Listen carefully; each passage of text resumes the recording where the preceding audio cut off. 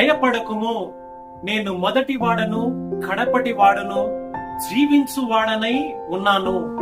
మృతుడనైతిని కాని యుగ యుగములు సజీవుడుగా ఉన్నాను. మరణము యొక్కయు పాతాళము యొక్కయు తాళపు చెవులు నా స్వాధీనములో ఉన్నవి. దేవాది దేవుడు భయపడకుము అని నీతో మాట్లాడుతూ ఉన్నాడు.